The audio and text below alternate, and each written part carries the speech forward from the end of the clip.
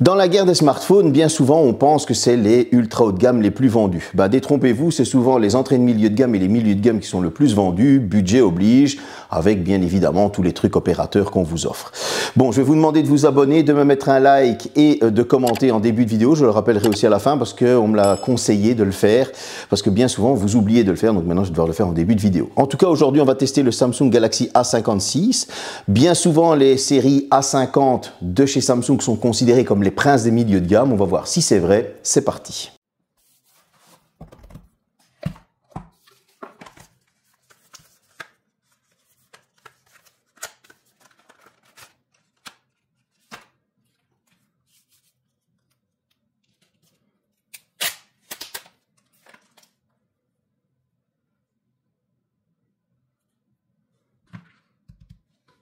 Le voici, le voilà, Galaxy A56. On va remarquer tout de suite quelque chose après ce petit déballage. Bon, tout ce plus simple, on ne peut pas faire. Il n'y a quasi plus rien dans les boîtes maintenant, donc voilà.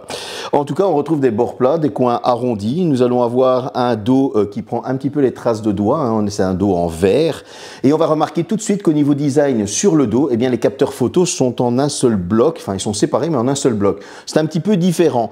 Il ressemble très fort à ses grands frères, les S25, S25+, mais c'est les capteurs au dos qui vont justement faire la différence. En tout cas, on va retrouver comme ses grands frères le petit monticule sur cette tranche côté droit où il y a les boutons d'extinction, allumage et du volume pour vraiment différencier et montrer qu'il y a quand même un changement au niveau du design. Sur le dessus, le micro, sur la tranche, premier haut-parleur, et quand on va regarder en bas, tiroir de carte SIM, second micro, USB type C et second haut-parleur. On est sur un design franchement très classe, des qualités de finition qui sont irréprochables, il faut l'avouer. On a un smartphone qui tire vers le premium, c'est sûr et certain, là on ne va pas le cacher. Et encore une fois, il ressemble très fort à ses grands frères. Si on avait laissé les capteurs séparés à l'arrière, on aurait pu croire que honnêtement c'était un S25+. On se serait trompé. En tout cas, on a un très bon smartphone qui tient bien en main, qui n'est pas trop épais et qui n'est pas déséquilibré au niveau du poids. C'est déjà un très bon point. Pour les 198 grammes, qu'est-ce qu'il nous propose? On va avoir de l'IP67. Il faut savoir que la législation européenne va obliger les constructeurs à partir du 20 juin 2025 à de l'IP68. Donc c'est normal qu'il sorte maintenant, juste avant la limite, parce que s'il serait sorti après, il était obligé d'être au IP68. On va avoir du Gorilla Glass Victus Plus en guise de protection. Bon, tout ça pour 198 grammes, on est déjà bien. On va avoir quoi d'autre? Tout simplement de la 5G, ça c'est déjà très bien. Au niveau de la captation de la 5G, ça se fait franchement très très bien. Il capte aussi bien qu'un S25 Ultra ou un Xiaomi 15 Ultra, il n'y a pas de souci. Au niveau du Wi-Fi, vous allez avoir du Wi-Fi 6. Alors on aurait aimé avoir du Wi-Fi 6E, c'est vrai. Mais en tout cas, les débits au niveau du taux de téléchargement sont très très bons. Et on est franchement quasi au maximum de ce qu'on pouvait donner sur la ligne. Et au niveau des uploads, donc de l'envoi, on était au maximum aussi. Donc de ce côté-là, rien à dire. Concernant le Bluetooth, on est sur du 5.3 LE. Alors là, j'ai rien à dire non plus parce qu'il s'est connecté à 4 modèles de voitures différentes de différentes marques, il n'y avait pas de souci. Au niveau des écouteurs, je les ai connectés à des Galaxy Buds 3 Pro, pas de problème. À des Xiaomi Buds 5 Pro, pas de problème. Bref, il fait le taf. On avait une portée de 10-11 mètres, pas de grésillement, pas de voix métallique et pas de coupure. Pour moi, ça, c'est très important. Au niveau des conversations en téléphone, la personne au bout du fil avait un S25 Ultra, donc forcément j'avais une voix cristalline lorsqu'elle me parlait, les bruits étaient très bien atténués. Et moi de mon côté, la personne a dit qu'elle entendait très bien ma voix, les bruits étaient très bien atténués. Encore une fois, cette conversation, tout dépend de la personne au bout du fil, son réseau, comment elle le capte et quel téléphone elle utilise, bien évidemment. Mais là, en tout cas, dans des conditions optimales, on était sur quelque chose de très bon. Maintenant, si on continue, oui, on va partir tout simplement sur le double haut-parleur. Qu'est-ce que j'en ai pensé? Eh bien, on a un très bon son qui n'est pas trop déséquilibré. Franchement, il va légèrement plus fort avec le haut-parleur du bas. C'est normal, ça arrive souvent. Mais ce n'est pas non plus dramatique. On sent à peine la différence. Il faut vraiment faire attention. En tout cas, on est bien immergé dans ces films, dans ces séries, dans ces jeux vidéo. Le son n'est pas trop criard. Attention qu'on est quand même un peu plus vers les médiums.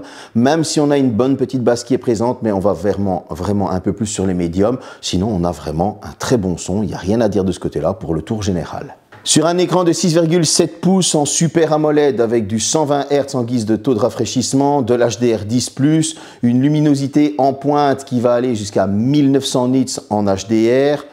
Bon, une résolution 1080 par 2340, donc on est sur une très bonne résolution, 395 pixels par pouce, de l'Always On Display pour ceux qui me cassent la tête avec ça. Bref, qu'est-ce que j'ai oublié? Je pense que j'ai tout dit. Ouais, on est bon. Donc du coup, qu'est-ce que j'ai pensé de cet écran? On a un écran qui est très lumineux. Vous allez pouvoir l'utiliser à l'intérieur sans aucun souci. Vous allez pouvoir l'utiliser à l'extérieur sans aucun souci. Je n'ai pas dû me mettre dans des zones d'ombre ou autre. Seule petite ombre au tableau, c'est vrai qu'il n'y a pas de traitement anti-reflet. Et donc du coup, oui, des fois il y a un petit reflet qui se fait, donc la luminosité se pousse au maximum pour pouvoir lire l'écran. C'est toujours lisible, mais bon, voilà, avec les reflets, des fois c'est un petit peu gênant. À côté de ça, on a un écran qui est très fluide. Je n'ai pas ressenti de saccade, de ralentissement ou autre de ce genre. J'ai pu aller d'une application à une autre, aller sur les réseaux sociaux sans aucun problème, aller sur Internet sans aucun problème. Bref, cet écran faisait très bien son travail. J'ai pas eu de soucis à ce niveau-là. Au niveau des couleurs, on a des couleurs, vous pouvez les mettre en naturel ou en vif. Moi, je suis quelqu'un qui les utilise en naturel et j'avoue que ce n'était pas trop criard et ça ne me cassait pas les yeux parce que ouais, j'ai un peu de mal avec quand les couleurs sont un peu trop vives. Je sais que beaucoup d'entre vous aiment bien ça, c'est très flatteur. Moi, je les préfère plus naturels, mais en tout cas, on avait une colorimétrie qui était assez bien respectée. Bref, on a un très bel écran sur ce A56. Bon, je vais encore me répéter, mais on est chez Samsung, donc 7 ans de mise à jour, 7 ans de mise à jour sécurité, 6 ans de mise à jour OS, et on démarre sur de l'Android 15. Vous êtes parti pour un bon moment. Et ce smartphone, je pense que technologiquement, en hardware, comme on dit, donc en matériel qu'il y a à l'intérieur, pour ceux qui ne savent pas c'est quoi le hardware, parce qu'on va me le reprocher encore, oui, c'est des balles perdues. Eh bien, en fait, vous êtes parti aussi pour pouvoir assumer ces 7 ans de mise à jour sans aucun problème. Donc, toutes les personnes qui vont prendre soin de leur téléphone pourront y aller sans aucun souci. Bien évidemment, vous allez retrouver la fameuse intelligence artificielle de Samsung, quoique je l'ai trouvée un petit peu moins présente que sur le S25 Ultra, où c'est moi, tout simplement. Bon, c'est l'intelligence artificielle de chez Google, attention. Et vous allez pouvoir retoucher vos photos, comme sur un S25 Ultra. Alors, certains qui vont me dire, je ne vois aucun intérêt d'acheter un S25 Ultra. Si, il y a un intérêt à avoir un S25 Ultra au niveau de la photo, etc. Mais en tout cas, voilà, du côté de tout ce qui est software, on est bien garni, on est bien fourni et on va pouvoir tenir dans le temps. Au niveau des performances, on retrouve quoi? On retrouve le fameux Exynos de chez Samsung, la version 1580 et son GPU Eclipse 540. Qu'est-ce que ça vaut? On va voir ça après. En tout cas, c'est accompagné de 6 ou 8 Go de RAM, 6 Go de RAM pour la version 128 Go de stockage, 8 Go de RAM pour la version 256 Go de stockage en UFS 3.1. Je vous conseille directement de partir sur la version 8 Go de RAM si vous êtes quelqu'un qui veut tenir son smartphone longtemps dans le temps. Voilà, pour moi, 128 Go à l'heure actuelle, ça devient très court et 6 Go de RAM, ça devient très court aussi, mais ça reste mon avis personnel. En tout cas, à l'Antutu Bench, ça m'a sorti un score de 914 091 points. Je sais, certains vont déjà venir me dire, oui, mais le Poco, arrêtez de faire ce genre de comparaison parce qu'ils ont une optique qui est totalement différente de chez Samsung. Comme je l'ai dit au début, Samsung est une marque premium. Je ne dis pas que Poco n'est pas une marque premium, mais Samsung a une autre vision de la chose, du milieu de gamme, tout simplement. Alors, la photo est différente, etc., etc. Donc, bref, systématiquement revenir avec les Poco. Quand un jour une nouvelle marque va arriver et va monter plus haut que Poco, vous allez venir me dire, oui, mais lui, il fait mieux que Poco. Donc, arrêtez, c'est totalement stupide. En tout cas, au Geekbench, il m'a sorti un score qui est franchement honorable. 1375 au simple cœur et 3872 au multicœur. Et c'est là qu'en fait j'ai envie de dire à toutes ces personnes qui viennent à me parler oui mais lui a plus un plus gros score au bench, taisez-vous tout simplement. Pourquoi? Parce que ce bench et ce Geekbench, cet Antutu Bench et ce Geekbench, eh bien, il va convenir à 95% de la population et bien nombreux d'entre vous qui justement font aller leur petite bouche en parlant de bench, il me faut toujours plus gros, etc., ne va pas l'utiliser. Il faut être un pur gamer pour pouvoir l'utiliser et dans ce cas-là, je vais vous conseiller autre chose comme smartphone, tout simplement. Et j'en veux pour preuve, si vous êtes un gamer, il va aller avec un score GPU de 6536. Ça veut dire quoi? Ça veut dire qu'il n'est pas poussé à l'extrême sur le jeu, mais qu'on va pouvoir jouer. Et donc, du coup, c'est un smartphone qui est globalement équilibré pour pouvoir convenir à tout le monde, à toute personne qui doit avoir un téléphone pour téléphoner, faire des messages, etc., mais aussi qui a envie de temps en temps se faire une petite partie, tout simplement. Et j'en veux pour preuve. Sur du Asphalt 9, on a Tout simplement des temps de chargement qui sont hyper courts. On a un jeu qui est hyper beau et qui est hyper fluide. Je n'ai rien à dire concernant Asphalt 9, c'était franchement un pur régal. Concernant Genshin Impact, j'ai pu jouer en graphisme moyen avec du 45 FPS. C'était très fluide, il n'y avait pas de ralentissement. Jouer à Genshin Impact était franchement un pur plaisir. Donc pour toutes les personnes qui veulent un jeu d'aventure qui est fluide, et bien voilà un smartphone qui est fait qui va pouvoir tout simplement l'encaisser. Et nous avions une température en moyen 45 fps de 39 degrés, ce qui je trouve est franchement très correct parce que ça veut dire que la chambre de refroidissement est très bien maîtrisée au niveau du processeur. Maintenant au niveau de Fortnite, j'ai pu jouer en 60 fps en mode performance, c'est-à-dire ben voilà, on met le mode performance, il y a les graphismes qui sont un petit peu amoindris, mais on va booster au niveau des FPS, et là ben du coup j'étais à du 60 fps qui était très stable, on pouvait faire de très très bonnes parties et j'avais une température qui était de 52 degrés. Encore une fois, comme je le disais, c'est un smartphone qui va convenir à 95% des personnes, même aux personnes qui veulent faire un peu de gaming sans aller bien évidemment dans la partie pro, pour être un pro gamer. Bref, que dire de plus? Eh bien, vous allez pouvoir aussi téléphoner, envoyer des messages, des mails, aller sur vos réseaux sociaux. Je pense que c'est aussi le principe de base d'un téléphone. Et oui, maintenant, il est venu le temps de faire des photos, d'être toujours plus narcissique, de satisfaire son petit ego, de montrer que nous sommes un bon samaritain en prenant des photos de nature ou de plantes lorsqu'on va se balader pour dire « je ne prends pas tout le temps ma voiture, je ne pollue pas ». Oui, c'est un monde de faux. Et c'est grâce à ça, nos petits smartphones nous aident à faire ça, grâce à la partie photo. Et j'en veux pour preuve, ici, nous avons 3 capteurs qui vont nous aider justement à faire cela. Un premier capteur de 50 mégapixels, ouverture 1.8, un deuxième capteur 12 mégapixels, ouverture 2.2, ultra grand angle, un troisième capteur 5 mégapixels, ouverture 2.4 macro, et à l'avant, un capteur 12 mégapixels, ouverture 2.2. Tout ce joli petit monde est capable de filmer jusqu'en 4K 30 fps pour nous donner les meilleurs souvenirs à mettre sur les réseaux sociaux. Qu'est-ce que j'en ai pensé? La partie selfie, la partie portrait, honnêtement, je n'ai rien à dire. Nous ne sommes pas lissés, nous avons des tons naturels. On est sur une très belle partie selfie et portrait. Et pour le portrait, le petit plus, l'effet bokeh, eh bien, il n'est pas baveux. Pour moi, c'est un très bon point. Ensuite, on va partir sur la partie macro. Elle fait clairement bien son travail. Nous avions du détail, nous avions des couleurs. Bon, il faisait pas très ensoleillé ce jour-là, il y avait du vent et pourtant, on a eu une très belle photo macro. Ça, c'est un très bon point. La partie de nuit. Bon, là par contre, il y a un petit souci. J'ai préféré la partie de nuit sans le mode nuit. Ouais. La partie de nuit, en fait, vous avez la même photo qui a défilé, eh bien, elle est plus claire avec le mode nuit. Ça retouche l'ensemble de la photo et c'est pas très beau. Je préfère justement sans le mode nuit, avec les couleurs qui sont toujours bien présentes. Voilà, dites-moi ce que vous en pensez dans les commentaires, mais en tout cas, moi, je préfère sans le mode nuit. Les photos sont beaucoup plus belles. Pour la partie zoom, eh ben là, j'ai été étonné. Ouais, ça va jusqu'à zoom x10, de l'ultra grand angle à zoom x10, et ça fait bien son travail. Ouais, franchement, ça fait très bien son travail. Souvent, ben, on a du zoom x20, x30 et ça devient dégueulasse. Là, on a un zoom x10. Alors clair, il y a du bruit dans l'image, c'est sûr, mais en tout cas, on n'est pas sur quelque chose de dégueulasse, on est quand même sur quelque chose d'assez propre.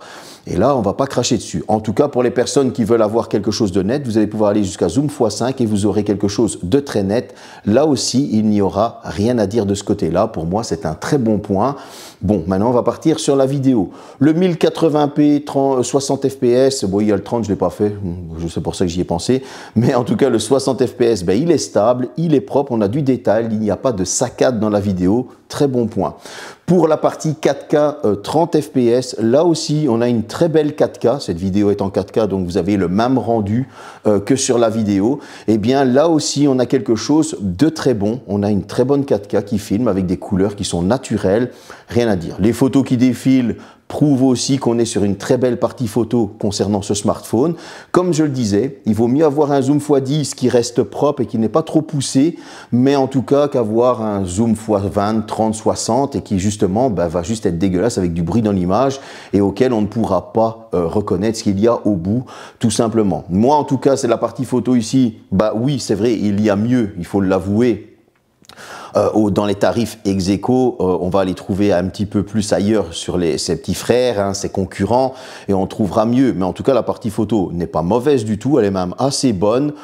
Pour les fans de Samsung ou ceux qui veulent partir un Samsung, et notamment un A56, ils vont en être contents, il n'y aura pas de problème. Une batterie de 5000 mAh, toujours pas de charge sans fil, c'est comme ça. En tout cas, on aura une charge rapide de 45 watts. Et cette charge rapide de 45 watts en 2.0, qu'est-ce qu'elle nous offre? Eh bien, vous allez pouvoir charger de 0 à 100% en 1 heure et 10 minutes, plus ou moins 10, 13 minutes. On était aux alentours de ça, donc c'est quand même assez correct. Vous allez avoir le 50% qui va aller un peu plus vite, donc vous aurez 50%, et là je vais vous annoncer un petit 27 minutes, donc j'ai trouvé qu'il allait assez vite de ce côté-là. Qu'est-ce que j'ai pensé de l'autonomie? Elle est juste parfaite. Là, il faut dire qu'elle est parfaite. Pourquoi? Parce que honnêtement, en utilisation intensive, il aura tenu 19h58, presque 20 heures. En utilisation mixte, il aura tenu 29 heures, ce qui est juste énorme. J'ai trouvé qu'il était franchement très bon de ce côté-là. Pour avoir regardé par exemple un film de 2h30 sur Netflix et avoir mis la colorimétrie, la luminosité à 50%, il aura consommé 7% de batterie, ce qui est rien du tout. Et en utilisation modérée, il aura tenu 2 jours et 2 heures, ce qui fait franchement une excellente autonomie. C'est vraiment le point fort de ce A56. Là, on peut dire que Samsung a trouvé un processeur qui n'est pas gourmand. On peut dire que Samsung a très bien optimisé son smartphone au niveau du logiciel. Bref, ils ont fait vraiment le combo idéal pour avoir une excellente autonomie. J'ai trouvé ce smartphone, et c'est son premier défaut, à 471 €, 471 €. Et son premier défaut, bah oui, c'est un prix en hausse. Et ça, c'est bien dommage parce que du coup, ça lui donne beaucoup plus de concurrence parce qu'il n'est pas mauvais. Alors, son deuxième petit défaut, la carte micro SD qui a disparu. C'est bien dommage. On aurait aimé augmenter son stockage de 256 Go. Ça aurait aidé à faire plus de photos et en stocker plus. Bon, si on continue maintenant dans les petits défauts, il y en a un qui n'en est pas réellement un. C'est qu'on aurait aimé avoir plus de puissance. Vous savez, peut-être pour le gaming ou quoi, mais si on aurait eu plus de puissance, on aurait eu une moins bonne autonomie. Et là, on a un bon équilibre, je trouve, au niveau de la puissance. Bref, dans les bons points, on va avoir une excellente qualité de finition, un smartphone qui passe clairement pour du premium. Et ça, il faut l'avouer, franchement, quand on l'a en main, il passe clairement pour du premium.